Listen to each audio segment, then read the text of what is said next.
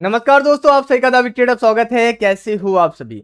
अगर आप चाहते हो कि आपको एक ऑफिस की नौकरी मिल जाए, अच्छी नौकरी हो, पैसा अच्छा हो, रिस्पेक्ट हो, काम बढ़िया हो, तो आप सभी के लिए मैं एक ऐसी वैकेंसी लेकर आया हूँ। आप सभी की वैकेंसी निकल कर आई है बिजली विभाग में, मगर राजस्थान के बिजली विभाग में आई है। और ये मत सोचना कि केवल आप ही फॉर्म भर सकते हो, ऑल इंडिया कोई भी फॉर्म भर सकता है।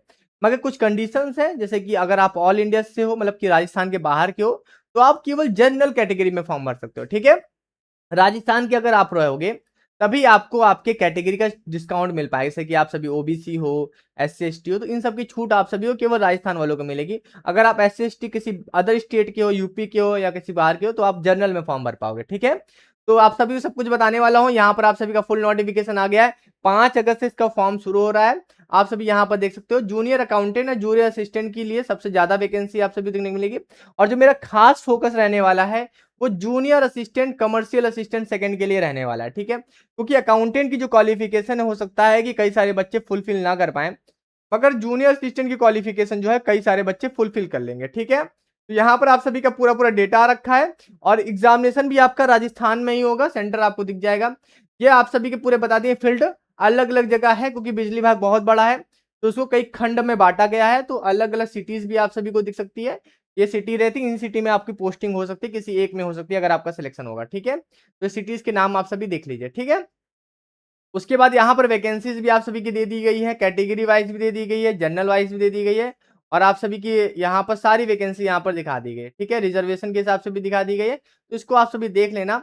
और टोटल वैकेंसी तो मैंने आप सभी को बता ही दी है, टोटल वैकेंसी काफी ज्यादा है, तो उस तरह से आप देख लेना, करीब 1000+ वैकेंसी आप सभी को देखने को मिलेगी। ठीक है, तो ये पूरी आप सभी की रिजर्वेशन के हिसाब से उन्होंने वैकेंसी को बांट दिया है। ये अच्छी बात है, ताकि हर किसी को पता रहे कि किसको कितना रिजर्वेशन मिल रहा है। ठीक है, ये सारी चीजें हो गई। सैलरी वगैरह के बारे में आपको पता, सैलरी वगैरह तो आपको बहुत जानना बहुत जरूरी है। जैसे जूनियर अकाउंटेंट की सैलरी जो रहने वाली है, वो 33,800 रुपए, मगर शुरू में नहीं रहेगी, वो आपका प्रोबेशन पीरियड कंप्लीट होने के बाद, यानी कि आप सभी का प्रोबेशन पीरियड रहेगा, कितने मंथ का रहेगा, कुछ मंथ का आप सभी का प्रोबेशन पीरियड रहेगा। उस मंथ के प्रोबेशन पीरियड कंप्लीट होने के बाद आप सभी को इतनी सैलरी मिलने लगेगी। ठीक है, प्रोबेशन पीरियड यहीं पे लिखा था, शायद आप सभी का कुछ महीने का रहेगा प्रोबेशन पीरियड, जब आप ट्रेनिंग कंप्लीट हो जाएगी। देखिए यहाँ पे लिखा प्रोबेशन ट्रेनिंग पीरियड, उसके बाद आप सभी का जैसे प्रोबेशन कंप्लीट होगा, आपको 33,800 मिलेगा। ट्रेनिंग पे आप सभी को 27,700 रुपए मिलेगा। ठीक है, ये बेसिक है, इसमें अलाउंसेस वगैरह जोड़ कर मिलेंगे आप सभी को, सैलरी काफी अच्छी मिलेगी। और जूनियर असिस्टेंट की बात कर ले तो 20,800 रुपए बेसिक है, अच्छी खासी सैलरी है। उसके बाद अलाउंसेस, क्योंकि बेसिक है, इसमें अलाउंसेस मिलेंगे आपको, टीए वगैरह जो चीजें मिलती है वो मिलेंगी यहाँ पर आप सभी को। ठीक है, और ट्रेनिंग भी आपको 14,600 मिलेगा। फिर इसमें आप, ये फिक्स अमाउंट है, ये फिक्स है। ठीक है, ये फिक्स है, तो ट्रेनिंग में ये फिक्स है, इसमें कोई टीएडीए वगैरह नहीं है। मगर ये जो आप सभी का ये फिक्स नहीं है, इसमें टीएडीए वगैरह जुड़ेगा आप सभी का। ठीक है, तो जूनियर असिस्टेंट की बात कर ले, 20,800 रुपए आपका रहेगा। उसके बाद आप सभी को जो मिलता है अलग से वो मिल जाएगा। जूनियर अकाउंटेंट में क्वालिफिकेशन थोड़ी सी खतरनाक है, क्योंकि अकाउंटेंट का काम है, तो आप सभी को पता है कि कॉमर्स वगैरह आपका होना चाहिए। तो ये सारी चीजें यहाँ पर क्वालिफिकेशन दे दिया है अकाउंटेंट के लिए। मगर ये हमारे लिए सबसे जरूरी रहने वाला है, वो है जूनियर असिस्टेंट के लिए। तो जूनियर असिस्टेंट में केवल आपको 12 पास चाहिए। ठीक है, 12 पास चाहिए, और उसके साथ आप सभी का एक सर्टिफिकेट आपके पास होना चाहिए। या तो आपके पास ओ लेवल हो, 2 से किया हो, या फिर आपके पास ट्रिपल सी का सर्टिफिकेट हो, दोनों में से एक। ओ लेवल भी चल जाएगा और आपका ट्रिपल सी भी चल जाएगा। उसके अलावा और भी कई सारे सर्टिफिकेट यहाँ पर दिए गए हैं, इन सभी सर्टिफिकेट को आप देख सकते हो। ठीक है, तो ये भी आपका है कि अगर आपने कुछ बीटेक वगैरह भी किया हो कंप्यूटर से रिलेटेड, तो वो सारी चीजें हैं, डिप्लोमा किया हो कंप्यूटर साइंस में, या फिर राजस्थान से कोई सर्टिफिकेट कोर्स वगैरह किया हो, तो सारे चल जाएंगे। तो और लिखा हुआ मतलब कि इनमें से केवल एक चाहिए आपको, सभी नहीं चाहिए आप सभी को। ठीक है, उसके बाद वर्किंग नॉलेज वगैरह होनी चाहिए, हिंदी वगैरह आपको आनी चाहिए, और राजस्थानी कल्चर से आप सभी होने चाहिए रूबरू। कोई बहुत बड़ी बात नहीं, इंडिया में सब कुछ जानता है। ठीक है, ये सारी चीजें हो गई। और मैं आपको फीस वगैरह बता दूं, फीस एज वगैरह के बारे में बता दूं। एज वगैरह जो है वो 18 से 40 साल है। तो अगर अगर आप बाहर के हो तो आप 18 से 40 तक अप्लाई कर सकते हो, राजस्थान के तो आपको एज में छूट भी मिल जाएगी। ठीक है, तो छूट के बाद आप सभी 43 साल तक वगैरह भी है, अपर एज लिमिट वगैरह है। ठीक है, एज काउंटिंग वगैरह के बारे में देखो, एज में छूट भी दे दी गई है आप सभी को, मगर केवल ये राजस्थान वालों के लिए रहेगी, आप लोगों के लिए नहीं रहेगी अगर आप बाहर से हो। वैसे 40 साल तक बहुत होता है, आपको क्या चाहिए, आपको 40 साल तो मिल ही रहा है ना आपको। ठीक है, रिजर्वेशन आपको बता ही दिया गया है, रिजर्वेशन वगैरह आपको सब कुछ मिल जाएगा। मगर केवल राजस्थान वालों को मिलेगा, बाकी बाहर वालों को शायद ना मिले, ठीक है। वैसे 40 साल दे दिया, आप क्या चाहिए आप सभी को, ठीक है। एक बार नोटिफिकेशन आप लोग खुद से पढ़ लीजिएगा। और यहाँ पर स्पोर्ट वालों को भी कुछ फैसिलिटी दी गई है, तो अगर आप स्पोर्ट सर्टिफिकेट है तो आपको छूट मिलेगी आप सभी को, ठीक है। तो ये स्पोर्ट वगैरह के बारे में आपको बता दिया, इंटरनेशनल स्पोर्ट के बारे में बता दिया गया, और जो टूर्नामेंट चैंपियन वगैरह है उनके बारे में बता दिया गया, ठीक है। तो स्पोर्ट वगैरह के बारे में भी छूट मिलेगी आप सभी को, ठीक है। और यहाँ पर आप सभी को जो डिसेबिलिटी वगैरह है, डिसेबिलिटी वगैरह वालों को भी छूट मिलेगी। तो मेडिकल उतना खास नहीं होने वाला है, क्योंकि ऑफिस की नौकरी है, कोई फौज की नौकरी थोड़ी है। तो सिंपल रहने वाले आप सभी को ये वेबसाइट दी गई, नई वेबसाइट जाके आप सभी ऑनलाइन अप्लाई कर सकते हो, ठीक है। अप्लाई करने से पहले आपको बहुत सारी चीजें पढ़ लेनी है, किस तरह से आपकी फोटोग्राफ वगैरह होना चाहिए, सिग्नेचर कैसे होना चाहिए, काले पेन से होना चाहिए, ठीक है। और जो लेफ्ट थंब वगैरह आप सभी का लगना चाहिए, बहुत सारी चीजें हैं यहाँ पर। तो सब कुछ आप सभी को देखना है, ठीक है। सिग्नेचर कैपिटल लेटर में नहीं होना चाहिए। ये डिक्लेरेशन वगैरह फॉर्म वगैरह आप सभी को भरना है। जब आप ऑनलाइन भरोगे, बैठोगे भरने के लिए, तो सारी चीजें बहुत ध्यान से भरना है, ठीक है। वैसे आपने इतने सारे फॉर्म भरे हैं तो कोई दिक्कत तो है नहीं आप सभी को। यहाँ फीस देख लो, फीस बहुत ज्यादा है आप सभी की। जनरल की 1000 रुपये फीस लगेगी, और SC ST BC MBC EWS, ठीक है, इन सभी के लिए आप सभी की 500 फीस लगेगी, ठीक है। और जो फीस है वो नॉन रिफंडेबल है, यानी कि रिफंड नहीं होगी आप सभी के, ठीक है। तो आप सभी देख लेना। देखो यहाँ पर इस बात को लिख दिया गया है, SC ST BC EWS category belonging to any state other than Rajasthan, वो जनरल में आएंगे। तो ये बात यहाँ पर मेंशन कर दी गई है। तो आप सभी समझ लो कि जो बाहर के स्टेट के हैं उनको 1000 रुपये फीस देनी ही पड़ेगी, ठीक है। और नॉन रिफंडेड है, ठीक है। ये सारी चीजें आप सभी ने देख ही ली है।